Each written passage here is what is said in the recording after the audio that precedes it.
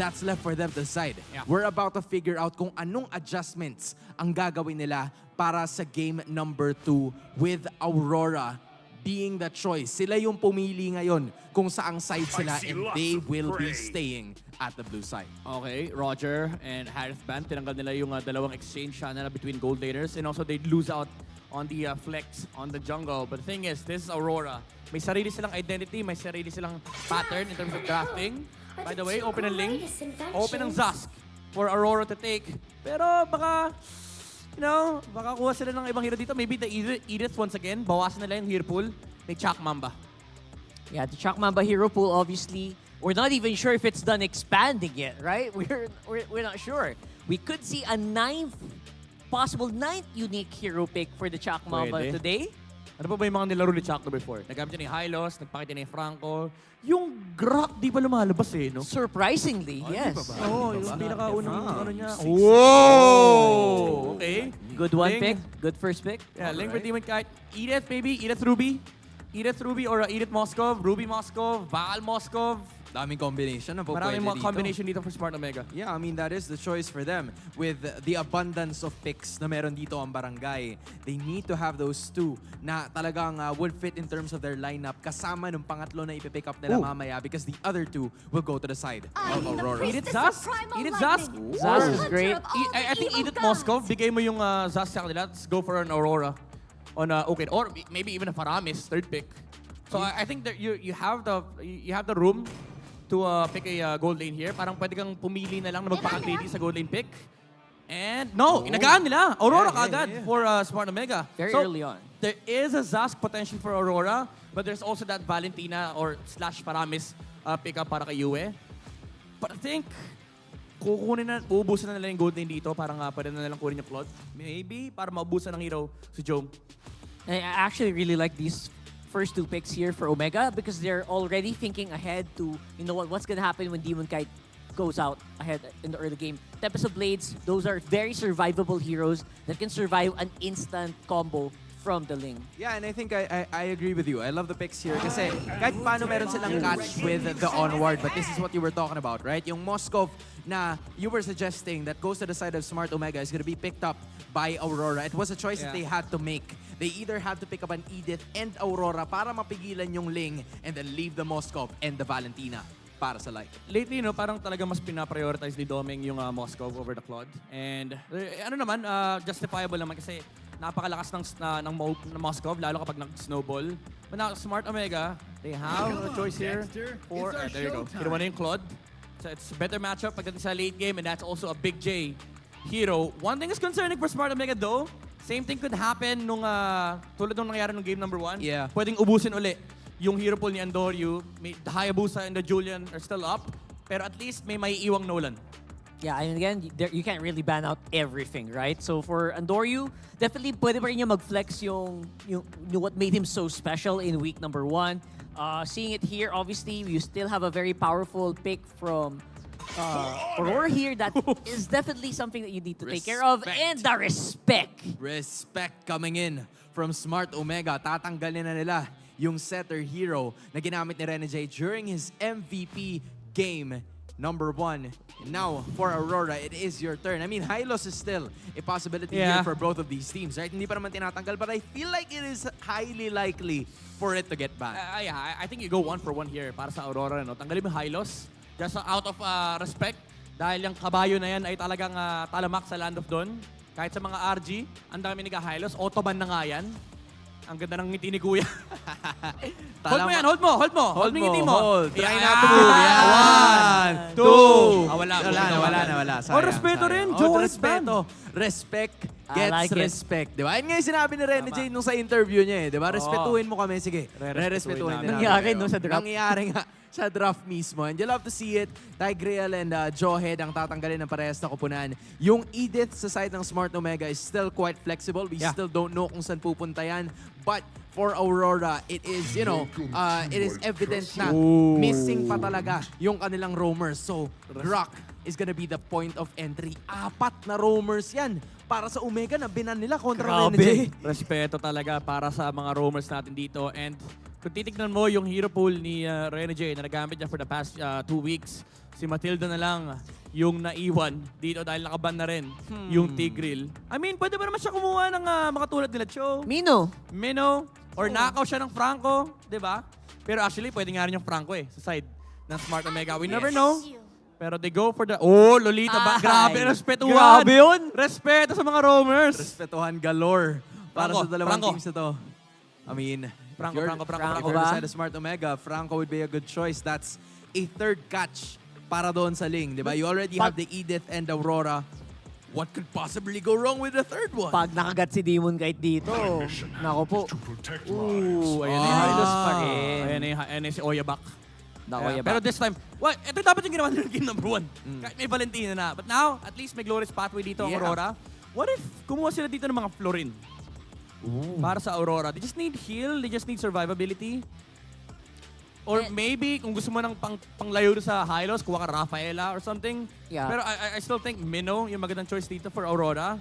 And then maybe get a disruptive explainer, something like a glue for Edward para may pang-anoy laban dito kay Claude pati na kay Hylos. Actually, Minotaur is great.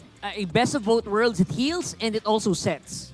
Right? Para naman kay Edward, ang dami pang pwede. You can go Paquito, Benedetta.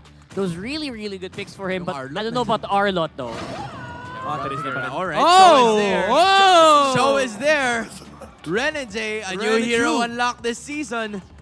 Tapos Terizla naman ang gagamitin ni Edward towards the Renegade. XP lane. Classic This hero. is something that you've been wanting to see, di ba? Yung Matilda na nga lang yun natira. Yung iba, either banned or picked up na. Now Renegade, new Yeah. hero unlocked. I think Andorio goes either Julian or Nolan here. Kailangan mo lang either flash farm or a hero that can actually help you set up kills with the Edith. Julian Edith makes a lot of sense, but they go for Nolan instead. Talagang comfort yung hinahanap ng Smart Omega rito. And we've seen Andorio pull off an amazing Nolan game. But it is gonna be against Renegade's Show here. But may malaking chance na madaling hulihin itong Nolan na to, especially with the follow-up coming up from the Ling. And also, you're playing a Nolan against a Terizla. So it is dangerous, but then again, ang motto ng barangay dito is kapag gumagana, gumagana. Tama. And of course, you always have to think about the layers of sets here. Maybe it'll be a lot easier para this Aurora for now. Pero you know what? There's a lot of counterpunch coming in from Omega with this lineup. I mean, at this point, yun yung kailangan nating tingnan. Smart Omega having 3 catches para doon sa Ling. You have the Aurora, Edith, and the Hylos. Meanwhile, sobrang gaslaw din kasi ng lineup ng Aurora, especially with Show as your roamer. We are about to figure out if Aurora is gonna get the sweep or Smart Omega can bring us to Game 3. Casters, it's go time. Marami tayong kailangan tingnan at kailangan alalahanin dahil sa pagpasok ng game number 2. Match point na ang Aurora. At ang pressure ay ngayon nasa Smart Omega. Kakaiba itong ating makikita, no? Assassin, Ling versus this Nolan para dito kay Andorio. Parang gusto ni Andorio dito na bumalik na. No? Tapos na ako, tinesting namin yung Fredrin. Ngayon naman balik ulit tayo sa Assassin. Oh, tsaka ano dito, maganda yung ginagawa ng Aurora by the way na natatimingan nila si Ryota. So abangan natin kung paano naman babaguhin ni Atoy R ang kanyang ruta. Yeah, and napakaganda kasi ng naging game number 1 no, para sa Aurora. Again, si Setman na itong si Renegade na ngayon ay hawak ang Cho. Actually, natuwa nga ako, napatayo ako kanina right after nung ma-pick itong Cho. Isa to sa mga specialty talaga. Kapag sinabi mong Cho, tatak talaga niya ni Renegade eh. Oh, parang tanda ko, experience din siya noon na Doon. Cho na yung ginagamit niya. So alam niya yung klase ng Cho na aggressive, yung may killer instinct. Baka Renegade to. Baka Renegade Cho. Baka Renegade Cho. Again, pero siyempre, para dito naman sa Smart Omega, wait lang, si Andorra dito pumapasok din. Ito yung Jeet Kundo and first blood kagad.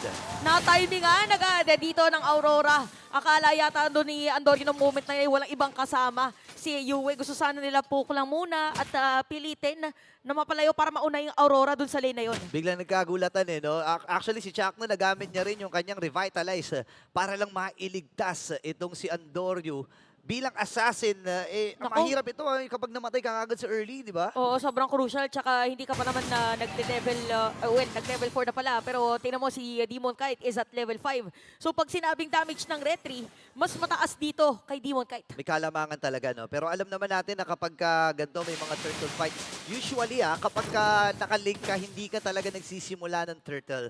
Pwera na lang siguro kung na-takedown nyo kagad yung jungle ng kabila. Pero so far, na hindi pa rin naman nagkakaroon ng malaking kalamangan dito ang Aurora, kailangan mo na nilang tansyahin, lalo na nakalink sila dito. Oh, eto na naman. Maagang pokes na naman Burrito para sa ating mga players. So ito na yung mga moment na unang turtle pa lang pero masakit na agad sa ulo. Oo nga Bawal tumibok. Bawal tumibok. Hindi, pwede naman. Okay. I mean, bawal tumibok. Basta yun na yun. Basta yun na yun. Basta yun na yun. Lahat ng titibok ay titibok. Lalo na nakakakaba ito Yung tibok ng puso na magkabilang pupunan na ito. Ramdam natin. Pasok si Renny J. Grabe pala flicker na naman pero pinigilan doon. Pero namaganda magpasok naman para kay Edward doon sa may penalty zone. Pero si Ukir ang unang makakakuha ng kill. Si Ukir dito magiging target nila. Si Chuck tumatakbo. Hindi na napansin yung kabayo. At dahil doon, ang naging casualty lang ay si Renny J.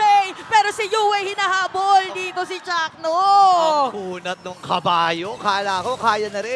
Yue na mapatumba yun. Pero ang dami nangyari. 1-for-1 lang ang naging kabayaran at palitan doon. Andorio pinipilan flicker from Yue. Grabe na talaga. Tapang. Mainit ang dance floor para kay Yue na pa-flicker pa. Pero ibig sabihin nun, mahihirapan si Andorio na sumilip dito sa may turtle. Oo, nakaabang sa kanya doon si Renny J. Kanina pa niya tinitingnan. Ayun, tinan mo. Ang lalim, bes. Si Renny J, napakalalim na dito. Ibig sabihin ito, yung confidence level ni Renny J, talagang all-time high. Oo, para sabi niya, choke ko na to eh. Choco na to Baka Renny J na to Oh, na-miss niya daw gamitin yung choke. So ito yung mga kailangang isipin ngayon ng Omega kung saan manggagaling ang ilang mga players ng Aurora. Nakuha pa! Nakuha! Ay, ay, ay! Oh my gosh! Anong tawag natin sa play na yun? Hindi yun likod gaming eh. Hindi Basta, hindi ko na rin ma-explain Pero ang galing ng instinct dito ni Doming. Para bang may ano siya dun. May mata siya dun sa may purple buff Oh, parang nakita niyo ba yung pagkakakuha ng purple buff na yun? Very mindful, very classy, very demure. Ay, grabe Napagano naman lang yun. Okay. Napasilip lang bigla pero wait lang sa Da- may middle lane gagamit lang dito ng konting zone ng side ng Omega. Pero hindi naman nila ipipilit na magkaroon ng team fight. Oo, ngayon atras muna sila. Pero so far, so good para dito sa Aurora. 1K ang kanilang gold lead. Pero pupunta nila yung top lane. Napa-out na rin itong si Jome. Nakasilip lang si Renny J. Sobrang active ni Renny J dito. And kung titingnan natin, hindi muna pumunta sa ruta si Chakno doon sa mga set. Kasi di ba nabanggit niya doon sa interview, labanan daw sila ng set. Ngayon, ang may set dito si Renny J, ang latag niya dito dance floor. Sayawan ang gusto niya. Oo nga eh. So, okay, si Renny J namataan Op. na tumatakbo dito sa may taas. Nandun din si Yue. Grabe naman talaga yung mga Zone. book na ginagawa. Kaya naman masisira na nga dito ng Aurora. Yung Torre sa itaas. Parang walang magiging trade yung barangay. Oo nga, parang gusto ata nila din sa may bottom lane pero hindi nila alam. Ayun na, nakita na nila si Edward. Successful ang pagbasag ng Torre doon sa may bandang itaas. Smart Omega, medyo struggling pagdating doon sa mga hanapan. And dito magaling itong mga players ng Aurora. Again, ang mga veterano na rin to, may mga experience na rin internationally. And let's see kung ano gagawin. Ito na naman, okay. This time around naman, secure na ni Andorio yung kanyang purple buff. So saktong-sakto dahil magkakaroon na rin na naman na pagsiba para kay Renny J. Baka Renny J show! Pero mga mag-flicker out si Queen sa moment na yun. Ginamit na yung Frigid Glacier. Merong shoot po para kay Renny J para makatakas. Meron ding dash away para kay Doming. At walang naging casualty para dito sa ating dalawang teams. Si Chakno nagre-ready. Nagamit na ibang mga skills. Wala na yung Glorious Pathway, by the way. Oo, wala na rin penalty zone dito. At si Antonio masisecure na yung tempo sa play mula kay Demon Kite. At si Atoy Aray mabubuhay pa rin. Tapak muna ng Cyclone Eye. Pero sakto yung pag-responde ni Doming. Plano sana dun sa taas na basagin ni Jong. Buti na lang dumating si Doming dun.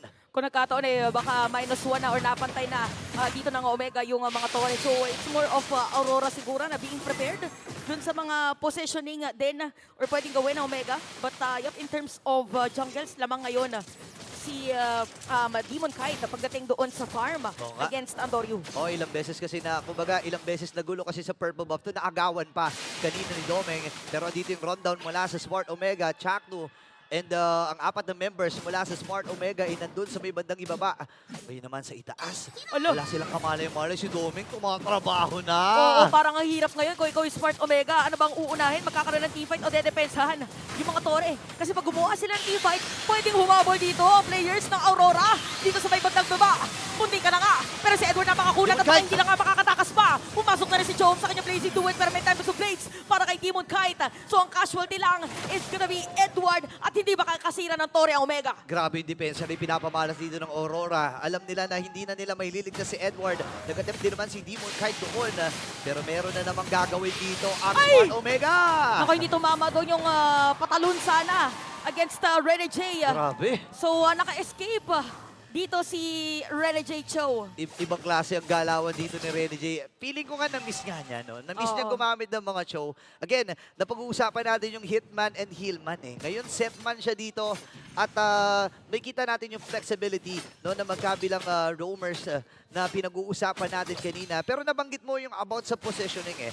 Di ba? Again, para sa both teams, isa to sa mga Infinix keys to victory na kailangan nilang bantayan. And so far, para sa Aurora, nagiging matagumpay ito. Oh, effective yung kanilang pagbantay at yung mga posisyon. Kasi sabihin na natin nagbabantay yes, pero yung mas effective para sa kanila, depende doon sa kanilang hero composition. Op. And speaking of pagbabantay na naman, si Edward ang unang makukuha. Pero si Rene J, kamunti ka na mag-set up ng play. Pinakita lang na nandito siya. At nakikita Conceal. na nga natin ginamit na yung conceal. Mahabol ba? Mukhang hindi na napag-shunpo doon Okay. sa may bandang stone. And yung Lord natin kalahati na yung buhay. Si Rene J, naghahanap ng sisipahin dito. Nasipa niya si Andorio! Pero napakaganda paggamit doon. Nakuha si Jones sa may likod. Ginamit na yung blazing duet. Si Dome ang makukuha niya. Demon Kite! Energy is down. At si Antorio, double kill na. Naku, patay si Demon Kite dito. Apat na members mula sa Aurora ang tutumba. Ngayong pagkakataon na ng Smart Omega na makabawi, kanina pa nila inaantay ang panahon na ito at ang panahon ng barangay, ng bagong barangay ay makikita na natin. Infinix Instant Replay. Ito yung naganap eh. Ang ganda ng sipa ni Rene J, pero walang naging follow-up eh. Oh, tsaka nakatakas pala si Atoy Aro ng moment na yun. So meron ding isa pang taga-free hit nga. Oh, tas yung passive ni Okira. Alam mo, mahirap talaga kapag yung isang Aurora ay meron pang passive eh. Oh, yung Pride of Ice, di ba? Oo. I mean, para ang hirap eh. Kumbaga may additional way ka, ay may additional window itong si Okir na makapagbitaw ng Frigid Glacier, makapagbitaw ng mga pang-pokes niya. And alam ko nag-heal pa yun eh, di ba? Kapag na-pop yung, yung passive niya, di ba? Oo, so more on timings talaga. Uy, wait lang. Parang Ipit, napapaligiran ipit. na dito sa may bandang itaas ang habulin. Nice! Knowing! Aray It's ko. gonna be a shutdown para sa kanya. Pero nandun lang din naman ang mga players ng Omega. So 1-for-1 trade doon sa moment na yon. Okay, patay si Andorio doon ha, si Doming din. Kailangan dumipensa ng Aurora pero for sure ay hindi na nila mapoprotektahan yung Torre doon sa may bandang itaas. 10-minute mark na ng laban na ito. Mahaba-haba pa naman para sa next na objective which is the Lord. Pero ang ganda ng ginagawa ni Demon Kite. May tinatrabaho din siya doon sa may kabilang panig. Oh, kailangan niya din kasi talaga ng purple buff. So dito sa ating game, so halos pantay lang din yung ating mga marksman. And for Omega, nag-aantay lang pala sila ng isang mabilis na tigilig para dito kay Chakno kanina. At sila na ngayon lamang para sa ating game. Oo nga, hindi pa nga natin nakikita yung chuck attack eh, di ba? Oh, wala pang Chak attack eh. Wala pang chuck attack eh. Mamaya pa natin ata makikita yan eh. Pero again, nakita na rin natin, natutukan din kanina itong si Okir, no, na may glowing wand kasabay nitong Blood Wings. Kaya yung extra shield kasi, oo. yan yung maganda, no? And alam mo naman kapag wala kang pandash, wala kang pantakas, importante yan kasi mabilis lang naman mag-replenish yan eh. Parang 6 seconds pag di ka tinatamaan, balik kagad uli yung shield mo eh. O kaya siguro parang okay lang sa kanya na siya yung magsilbing bait na rin minsan sa team fight. So ngayon para sa side ng Omega, nasira na nila lahat ng mga second tier turret against sa Aurora and 11 minutes pa lang. Pero ganoon na agad yung kanilang nagawa against the other team. Now for Aurora naman, ang maganda doon is nakauna si Doming pala kanina sa taas. So at least yung minion wave, pwede nang paangatin anytime. Oo, ngayon si Jack Noah, nakasilip din. Nag-aantay siya. Available yung kanyang glorious pathway.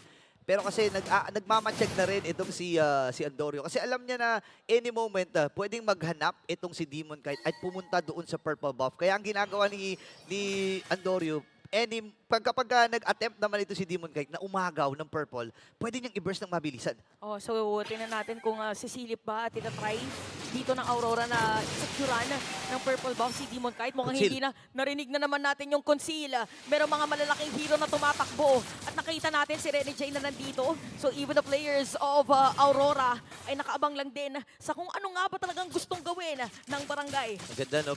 Nilagay nila si Domeng doon sa kabilang side, doon sa may walang Lord na lane, no? Again, mabilis lang naman din makakabalik or makakapunta doon sa mga magiging team fight itong si Domeng. Kaya lang hanggat hindi mo kasi nakikita yung kalaban, wag na wag kang magpapakita. Yan yung isa sa mga golden rule. Pero ngayon, unahin ata ni Ato na rito, Naramdaman kung nasaan si Edward at masusungkit pa nga dito si Yuen. Ako pinipigilan na tumakas. Magkakaroon ng stun sa moment na yun.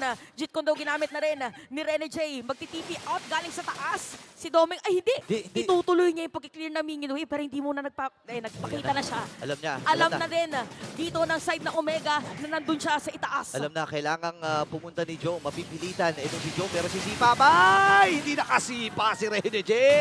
Rene J is down. Tinamaan ng Spear of Destruction na dito si Okira.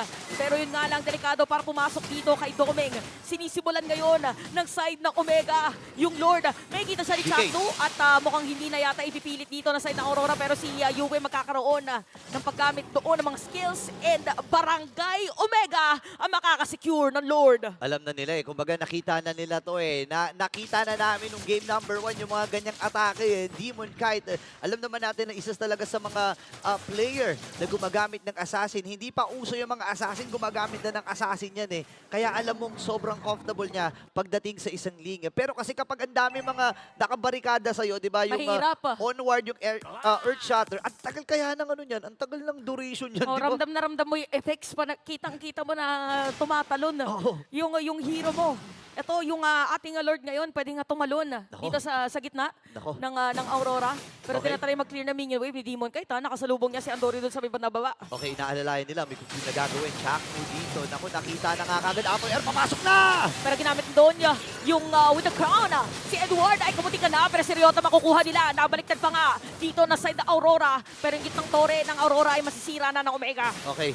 Bumaba sila dito. Yung sakit na rin ng mga pokes mula kay Andorio. Mabilis na pagtunaw doon sa Earth. Pero si Rene J sabi niya, hindi ako papayag. Kailangan may masipa ako. Makakasipa pa siya. Hindi! Nakasipa siya pero namatay din bigla. Oo, medyo napalalim lang din nung moment na yon. So para sa side na Omega, pwede na tumuloy. Ayan na Ito naman. na naman yung Glorious Pathway. Pero hindi muna daw a-attack, sabi ni Chuck. At si Edward! Ay! Sakto! Nalandingan ng ice dito ni Okira. Oh no, nilamig bigla yung init na dala ni Edward dito sa laban na ito. Game number 1, nakita natin yung effectiveness ng isang edit mula kay Edward. Pero Smart Omega naman ang nagpapakita ngayon. Atoy R, sabi niya, hindi ako nakapaglaro ng game 1 gusto ko maglaro ngayon. O kaya pala siya lagi na yung nauuna para dito sa Omega. Ang ganda sana ng stand doon. Si Joe kamuti ka na. Pero walang tagahabol yata para sa ng Aurora. Walang flicker si Rene J. Pero Joe is gonna be down. Biglang dumating dito si Demon Kite. Si Yui makukuha na rin. Ginamit Glorious Pathway. Hindi nakasama yung mga BM ni Smart Omega. Kaya double kill na para dito kay Demon Kite. Make it a triple kill. Kung kanina nakamainyak siya, aabutin pa ba ngayon si Andorio? Nakatatlo si Demon Kite dito pero may gusto gagawin. Andorio with a kill. Shutdown para dito kay Andorio. Akala ko nakangiti na yung smiling demon, kaya lang di niya namalayan. Meron pala pa-burst sa kanya. Grabe, mata sa mata, pangil sa pangil para dito sa ating dalawang junglers at napak-intense ng nangyayari ngayon. Akala natin si Demon Kite kanina nandito sa may bantang pwesto na to ng mapa, pero biglang dumating doon sa may team fight ng Omega. Ramdam na ramdam Yung mga fracture play mula dito kay Andorio, kayang-kayang tumunaw. Even Edward, hindi, kumbaga, wala nang pakialam doon sa passive Wala nang pakialam doon sa, yung passive ng isang, Teresla. Oo. Kahit yung kunat ay hindi na kinakaya, tumatagos na. So ngayon, 16 minute ng ating game. Aurora ay sobrang napababa na yung gold. Pero as long as sila ang may hawak ng gold, actually, hindi na ka nagmamatter yung gold. Oo dito nga eh, 16 minutes na kasi. Parang nakita natin kanina, lamang yung Omega, kahit nakasira sila ng torre, pero nagkaroon ng play. Ito na naman Jack, nakikita si Jack. na natin yung kabayo. Kakaibang kalbaryo yata ito para kay Relegation ay makikita. Nakapag-flicker out pa. Okay. Nagamit na dito yung ibang mga skills at spells para sa Omega. At nakaabang si Domeng dun sa may baba. Maglo-lord ba dito ang Omega? Or Okay. magti-teamfight ang Aurora? Si Demon Kite lalayo lang muna niya yung Lord. And nag-react na rin dun sa may top lane. Itong si Andorio, pwedeng ang call nila dito ay Rush. Hindi makakabalik si Andorio dito. Ilalaban pa ng Smart Omega. Pasok na naman! Teamfight yata ang sinasabi nila, penalty zone. At si Yui yung nagsariling Lord Spotway, Demon Kite. Ang nakakasecure dito ng Lord. Si Andorio dadating na at tawawal na. Sinabi natin yung kabayo ay magkakaibang kalbaryo na dala. At kamuti ka na si Rene J. Ang nakuha lang dito sa Aurora ay si Edward. Napakaganda na naging call ng Aurora doon. Alam nila na hindi kasing bilis ng Ling yung pagdating ni Andorio. Pero meron silang mga minions sa 4v5 to. A numbers game. Lamang na lamang ang Smart Omega. Tingnan natin kung mahuhold ba to ng Aurora. Kamuti ka na ginamit yung Spear of Destruction. Si Yue gumawa na sarili niyang Glorious Pathway. At kita natin yun na ginamit na ni Jom yung kanyang blazing Ay! duet. Si Yue nga alam ang kuha dito ni Okera. At si Rene J, si Demon Kite, at si Doming na lang ang natitira para dumibet sa ikakat nga ni Demon Kite. Ikakat dito kasi masakit na yung mga pa-pre-hit ni Ay, Doming. Saan pupunta yung Lord? Saan Naku pupunta? po! Saan pupunta yung Lord? Atras, Naku po! abante! Naku Atras, po! abante! Saan na napunta yung Lord? Hinahanap natin ngayon kung saan napunta. Ginamit yung Tempest of Blades para ma-clear yung minion wave. Okay, sa may bandang ibaba pala siya pupunta kasi naisama nila doon sa may bandang gitna ko. Nailapag Si na rin Jom! yung Glory Spot. Si Jom may pinoprotektahan. Si Demon Kite, nakakaamoy ng Ito na dugo si si Rene J. Demon Kite. Nakakaamoy ng dugo. Si Rene J nandito rin. Grabe, napayelo dito ni Okir. Si Rene J kaya napigilan.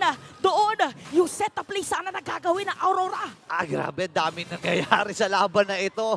Again, this is the star match of the evening. Actually, this week number 2. Kaya talagang mag-e-expect ka na all-out war. Bloodbath ang ating nakikita. Napaka-laki ng kalamangan ng Smart Omega in terms of kills. Pero kasi sa mga ganitong klaseng sitwasyon, 18-minute mark, pagandahan na lang ng setup ito. Oo, paganda. Si Yue nga, nagiging high-loss na rin eh.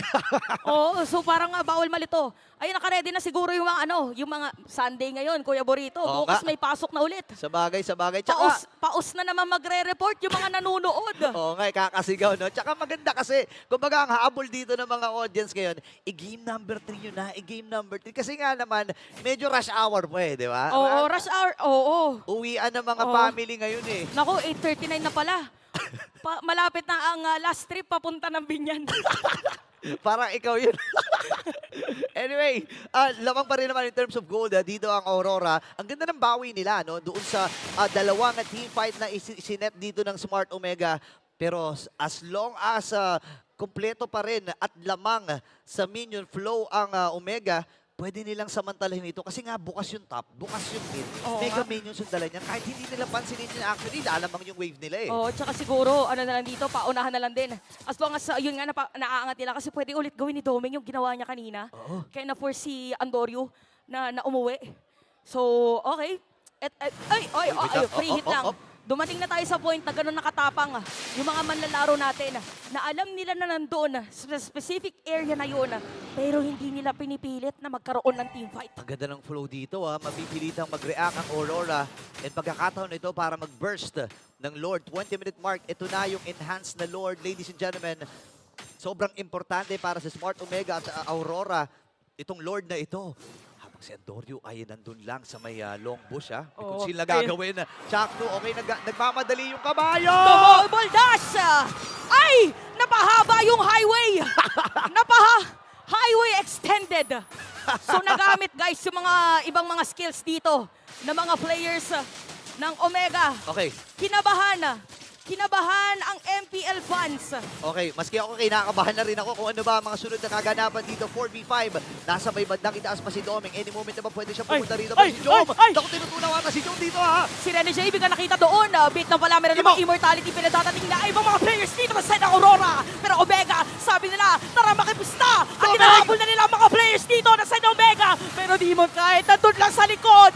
Si Ukir, meron pa yung passive. Ngayon si Do Andorio yung mamamatay. Naku po, makikipagsabay na Demon Kite pa ay makakakuha na naman ng kill. At 4 ng members mula sa Omega ang tutumba. Kailangan umuwi ni Jack Mamba. Isa na lang ang natitira. Ang taas ng the timer. 38 para dito kay Jome. Ito na yung mga TikTok timers na sinasabi natin. Double. At si Chakno lang, yung nandito. Oh no. At Si ang taas. Kapitan Chakno, kuya lang ng Omega, ang nandito para dumepensa. Oh no, ang taas ng the timer. Kailangan salubungin ni Jack Mamba ito. Nagamit na rin yung Glory Spotlight. Sinasalubong lang ni Jack Mamba. Napakakunat ng kabayong ito. At meron pang catapult dito, side ng Omega, nililiko sa Ala, gitna. dinadala. Dito ka! Dito ka! Welcome ka sa barangay! Pero mawawalan dito ng Ay, hindi! Wala palang immortality! Wala. Mega kill na pa rito kay Demon May Knight. minions. Naku, hindi mo na-clear yung minion wave! Hindi pa na-clear yung iisang catapult! At unti-unti na nga sinisira Wala! yung side! Madedefensahan pa rin ni Jong! Hindi pa tapos yung laban natin! Oh, no! Dahil makaka-double kill pa nga! Big J with a shutdown! Make it a triple kill! What was happened? Anong nangyari? Wow, grabe si Jack Mamba. Si Cap Jack. Dinala yung catapult dun sa gitna. At talagang napuruhan yung catapult na yun. Maliit na buhay na lang ang natira. Ngayon kailangan umatras ni Remy J dito. Apat na Bumabay beses time. na salubong sa kanya. Bumabay time, Kuya Burrito. Sumipa. Si Domin nandito sa may bandang Ketli. Merong mga players sa side ng Omega. And the ball. At sa linggong ito, parang hindi matatapos yung ating araw na hindi tayo aabot ng game number 3. Omega naman para sa game number 2. OMG! Smart Omega extending this series to game number 3. Grabe, Wow! ang sakit sa panga. Ibang klase. 500 IQ play para kay Jack Mamba, ladies and gentlemen. Hindi pa rin makamove on si Jack Mamba, pero for sure hindi rin makamove on ang mga tropa natin dyan sa panel. Muli, hindi na naman kami makapaniwala. Chakno pulling the minion papunta sa mid para may damage.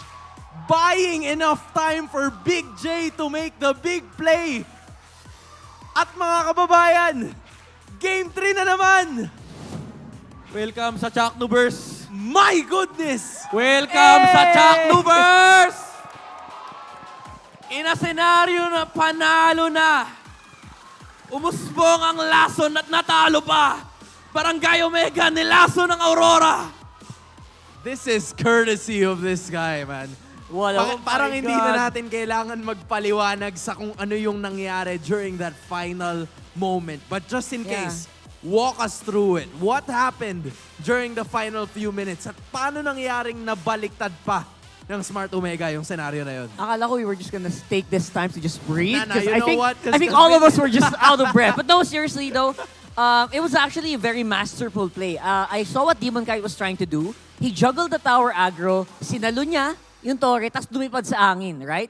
He got the Tempest of Blades right, but the aggro was just all over the place there. And overall, Chakno put up an amazing defense. I mean, nung umpisa pa lang, di ba, nakita natin na it was Smart Omega na nakauna doon sa dalawang inhibitor turrets ng kupunan ng Aurora. Pero crucial, Lord Takes ang kanilang nakuha ng paulit-ulit. At ito yata yung ilan sa mga moments na unti-unti na nilang nababaliktad yung sitwasyon. And this was it, right? Yeah. Jome was Super there. slow-mo. Sobrang slow. Ayun oh, immortalities nawala. Nawala si Edward. Same goes for Yue and Demon Kite was down. Midnight, ano, ready ka na? Kaya mo na? Wala lang tayo nung clip nung ano eh. Ano? Nung ginawa ni Yung huli, Chakno. yung Sa last. Torre, oo. Pero ang dami niyang ginawa doon. Nagbenta siya ng item. Bumili siyang blade armor. Ginamit niya yung Glorious Pathway para madali yung minion wave. Nagpapahit siya kay Demon Kite para yung tower aggro mapunta sa Ling. Ginajuggle naman ni Demon Kite tsaka ni Yue yung tower aggro. May time na nag-Defiant Sword pa siya palabas. Lahat nung segundo na yon naging enough para mag-spawn si Jome. Hinatak pa niya yung cannon dun sa mid lane tower. Lahat ng yon, it added up for Smart Omega to be able to defend with the Claude and end this game. Oh my God, Chakno. Grabe He yun. had to play that perfectly, by the way. He had to, no room for mistake. Pero Chakno, He played it so perfectly. It was literally Chaknu versus 3 members of Aurora. Chaknu versus everybody in that scenario. Buying time, buying enough time. And tama si Midnight, kailangan mong gawin yun ng sobrang pulido eh. Hindi mo pwedeng gawin yun ng basta-basta. Nakita niya si Doctor Strange, sabi niya, Kaya one nga lang. eh. One scenario lang eh. na mananalo ka. Kailangan gawin mo lahat ng makakaya mo. Sinacrifice niya yung sarili niya para sa isang game. So, mala Tony Stark tsaka Doctor Strange in one frame. Grabe. Grabe ka na. Pero you're actually right. Kasi it's not just Chaknu versus 3. It's Chaknu and the tower and the AI of the game versus them. So basically, the intelligence of Chaknu, he knows how to utilize the tower AI to actually get it to hit the right targets at the right time. And if he did mess it up, even by a little bit, if he died a second early, that would have been done. Man, I cannot believe this. Kasi game number 1, it was Renege with the set para dalhin ang Aurora onto match point.